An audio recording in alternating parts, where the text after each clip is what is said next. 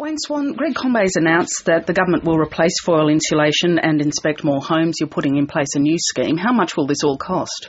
Well, safety is our first priority, Lyndall, and what we are doing now is we're going through the auditing process.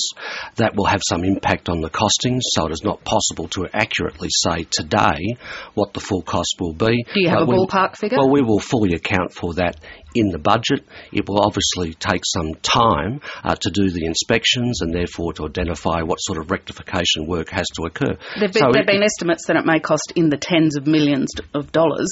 Is that out of the question, or is that a likely cost? Well, it will certainly be quite expensive. There's no doubt about that. The government is determined to put safety first.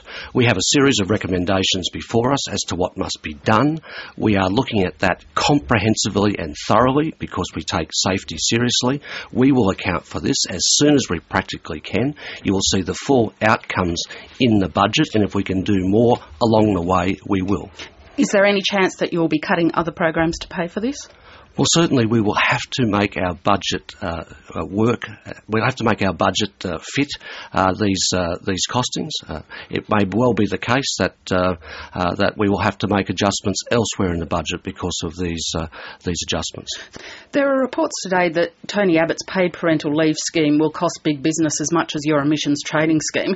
Doesn't that show that whoever wins at the next election, big business is going to be slugged? No, I think what it shows is that Tony Abbott is a risk to family budgets, and I think a risk to the economy. This is, in Tony Abbott's terms, something like an $11 billion tax on business, which will be passed on in terms of prices at the supermarket, at the petrol station, at the local bank. Isn't that exactly a description that could be applied to your emissions trading scheme? Well, our emissions trading scheme was a comprehensive policy to deal with carbon pollution and to reduce carbon pollution, and but compensation. Costs were going to go up. And yes, costs were going up, and compensation was being provided to industries which were trade exposed and also to households. But Tony Abbott's policy is absolutely chaotic.